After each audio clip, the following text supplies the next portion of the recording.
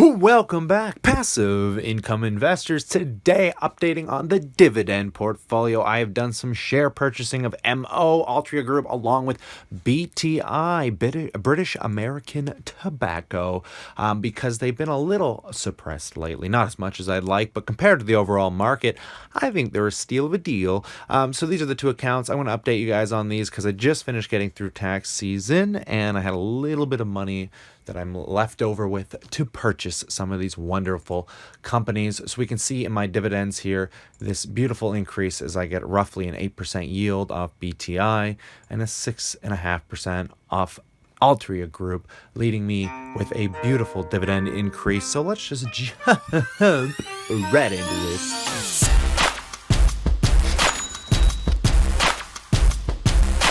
Welcome back, ladies, gentlemen. Today, I just really quickly want to talk about some of the dividend increases I have had in my stock portfolio, along with the fact that the S&P just hit all-time highs. I made a video a couple days ago where basically the TSX, the Toronto version of the S&P 500 in Canada here, also hit all-time highs. And baby, we are back. The money coming in right now for you, I am sure just as much as me, is a little absurd, and we can't get caught up in this, and I'm waiting for some pullbacks. I have a very, very hard time purchasing stocks when they rally up to all-time highs. I really have to be patient, take my time, and breathe, but I like getting that money to work. And you know what? I realized that I got such an amazing deal on these two companies that it wouldn't hurt to purchase a little more at these levels, because as we can see, guys, over the last, basically, we've had a bit of a drop in the last 5 days, which is nice. I liked seeing that.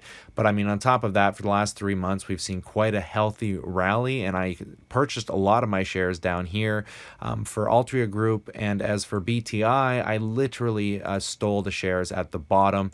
As we take a quick peek here, guys, and go back 3 months. 3 to 6 months ago, I was purchasing it right down here for nothing. I was paying base value, as we can clearly see.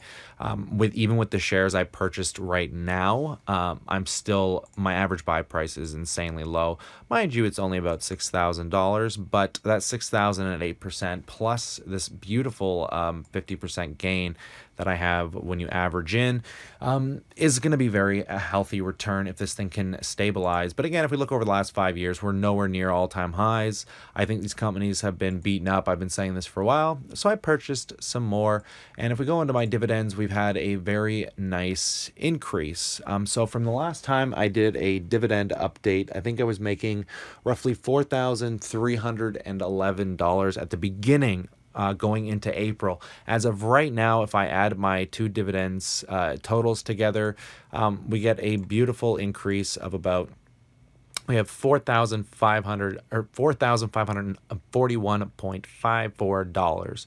We're up about $230 in dividends just this month, guys, which is absolutely fabulous. And that's from about a $3,900, $4,000 injection into these stocks. I put about $1,500 a pop, just over $1,500 a pop, I think. And then that left me with a little bit of capital left over, which this money I may need. Well, this is my TFSA. So I've got some dividends in this account, and I'm going to take these dividends, and I should be getting a couple more, because I think if we go into my TFSA account, basically Bank of Nova Scotia is going to be paying out a decent chunk of change this month, April 26th, which is just in a few days. I'm going to be getting a really, I think it's about $150, $200 account. That'll take me over.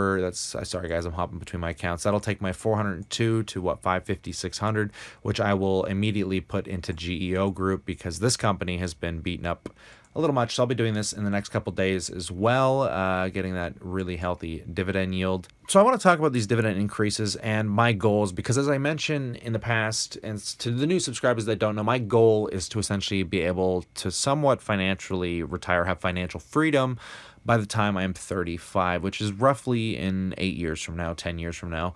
And I want to tell you how that's going to be possible, because a lot of you look at this stuff and say this is a slow pace. I mean, but if I can get my dividends to increase, like I said, on average between $100 and $200 a month, I'm going to be doing exceptionally well in a very short amount of time. And I'm going to pop open my interest calculator here because this is fun to mess around with. This is the compound calculator.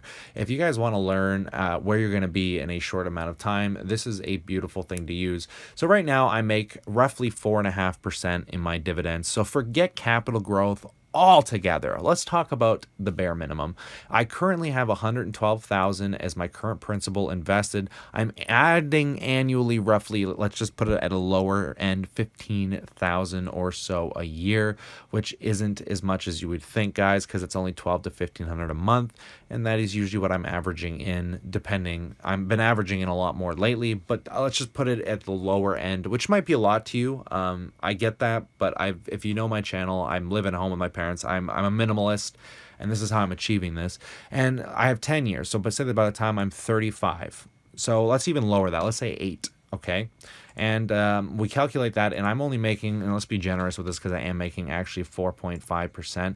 If we calculate that out, so with no capital growth and just dividends and the annual ads that I put in, I'm going to end up in the next 8 years. So by the time I'm 35 with about $306,000. And that's if I can be consistent at the very, very, very low end, in my opinion. Now, my goal is to get about a 6% dividend yield, but right now I own companies like Microsoft and Apple that are going to give me capital growth. I own them for capital growth, but I'm just saying right now at the bare dead minimum, I'm going to be getting around 306,000. Now, if I can reinvest that at a roughly a 6% dividend yield on that $306,000, I will be making closer to 18 to 20 grand, which guarantees pretty much a roof over your head and some food on the table. That basic needs can be covered by your dividends, then you are pretty much financially free. Now let's take this to another example. Let's say we take this same amount of money I have today, and instead, let's say we're getting an annualized rate of market average at 8%. And we calculate that out, and all of a sudden I have almost $400,000. Now let's say I get a way better return, and say we sit somewhere closer to a 15%, which is a little bit more accurate to my rate of return, is somewhere between 15 and 20. I mean, my one account has already 100%, like I've doubled my money in the last 5 years. But let's say at 15% return. Now, that is an exceptionally large amount of money. Let's say you get real generous, like a Warren Buffett, and you're making like a 20% return a year on your money. Again, this is way over the top, but now we're getting closer to 800,000 and like playing anywhere in this range. So I'm happy to play anywhere from, honestly, the 4% guys. So anywhere from, 300,000 at like the lowest end of a 4% to the highest end of, let's say, even a 12% return, which is going to give me close to $500,000 in the next 10 years. Now, let's just take an average and say I can come up with 400 grand. We'll meet it somewhere in the middle. If I can make, like I said, guys, 6%, it's essentially going to guarantee me enough income to survive. Now, I'm hoping to do better than that, and I'm giving myself a short amount of time to do this. But again, anybody can achieve this. And I started 5 years ago to come up with this 112,000, by the way. This did not happen overnight. It took quite a bit of work, quite a bit of saving, and quite a bit of time. But now I'm like on track, on roll, and getting the ball rolling. And the more you get into this, the more motivated you get to continue. Now, you'll notice in my accounts, I don't own any kind of index funds. There is a reason I do not own index funds. Now, I consider it, and I look at them all the time. Sooner or later, I think I'm going to buy some, but at the end of the day, I always end up finding somewhere else to put my money. If we look at these two index funds, so this is the Vanguard S&P 500 index, which is essentially the same thing that the VOO is, but it's the Canadian version. So this is just the 500 largest companies in the U.S. It makes up basically how the U.S. economy is doing, and you can buy it with a Canadian. These accounts are absolutely insane, which we can see from 2015 all the way till now. It's been a 61% return, which is, on average, pretty good. That is quite intense. Same within the US version from basically 2015 until now, guys. You're seeing a good whopping, 40-50% return, which is average. So every 10 years, you'll usually double your money owning index funds. Now, I have nothing against them. I honestly think these are the benchmark for everybody, and everyone should own them, especially if you are not comfortable with investing, because these indexes in the S&P 500 have been around since the beginning of this economy, like what, 100 something years ago. So it's the safest investment you can make because so far it's never gone wrong. The economy's never gone bankrupt, and the apocalypse hasn't happened yet, guys. Essentially, when this thing disappears, it's the apocalypse. But I'm going to maybe consider buying these, not this year, but when my portfolio gets more built out and I want some more stability, I might consider buying these if I'm still buying things that I'm looking at more equity growth off of. Because like I said, the reason I don't like these is because sooner or later, not only are you paying a commission, it's not much, it's like 0.5%, but not only are you paying a commission, when you pay that 0.5 commission, you're making less than 1% in a dividend yield. And when it comes to retirement, you are going to have to draw off of this. Like, you're literally going to have to draw off your shares. I don't want to have to do that. I want to hold on to these forever. Prison stock, GEO, not going anywhere. It's going to be around for the rest of my life. And I'm getting right now an 8.5% current yield on that. And that's going to continue hopefully for the rest of my life. We got Northland Power, another one. Look at this, $800 at 5.14% paying me monthly. Beautiful company. Don't think it's going anywhere anytime soon. Natural Energy, one of the largest natural energy companies on the planet, doing huge projects. Love it. Banks go bust. The money in your pocket's just as worthless. Though there's a lot of people shorting the Canadian banks right now. We got our other utility, SO, which is a U.S. utility. Now, a lot of people don't like buying U.S. companies. And I'm going to hound this one more time before I bugger off. The reason a lot of people don't like buying U.S. companies is they think they have to pay extra tax, and you do. There is like U.S. withholding tax, especially on the dividends. And a TFSA, I don't think you pay capital gain tax on it, but you still pay the dividend tax. Don't quote me on that, but I'm pretty sure that's how it works. Anyways, a lot of people don't like buying U.S. companies because of the conversion rates and this, that, and the other. Now, let me tell you why you should always own at least some U.S. companies, especially if you live in Canada, and vice versa for the U.S., is you really don't know what the dollar is going to do.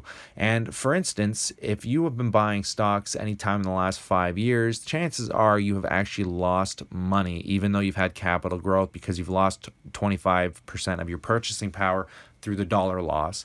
So the dollar you hold in your hand is worth 25 cents less per dollar. So it's 25% loss. Now, if you had that same money in a U.S. stock over the last 5 years, say something like an SO or something like a Microsoft, not only would you have capital gain, but on all that U.S. money, you would now be up 25% because you wouldn't have lost it. So you got to think about how intense those returns can really come. And same if you live in the U.S. Right now, if you live in the U.S. and you're buying Canadian stocks because the dollar is down so much, maybe the dollar could start recovering and this could be a bottom for it, and you could be getting it in at a really good rate. And then say the dollar starts coming back, all of a sudden now you're making money on the exchange rate as well, along with, maybe some Canadian dividends. And it works vice versa. Of course, it's trying to time the market, but at the same time, we're talking about long-term here, guys. None of this is overnight. We're not trying to pick this at the bottom or anything. It's just, I think it's a healthy thing to do, and I've seen incredible returns since I've been doing it, because you have to remember this initial investment here really comes down to what the Canadian dollar is sitting at will actually make up maybe a larger percentage of my return or my loss, depending on what way that is going. Now, I'm not going to take up any more of your time, guys. If you enjoyed this video, remember, slap a like, consider subscribing. I love doing this stuff, and I'm glad tax season's finally coming to an end. I'm going to have it finished up in the next week, paid up, squared, done, and I'm going to look forward to letting you guys continually know what my projects are. I'm going to leave a link in the description below because the algorithm doesn't like to share my videos when it doesn't have anything directly dividend related. So if you guys want to know more about my magic business, there's a video I posted yesterday you can check out. I think it's really cool and interesting, and it lets you know kind of the back end of how renting theaters and things of that nature work. So stay cool, stay awesome. I look forward to chatting to you tomorrow.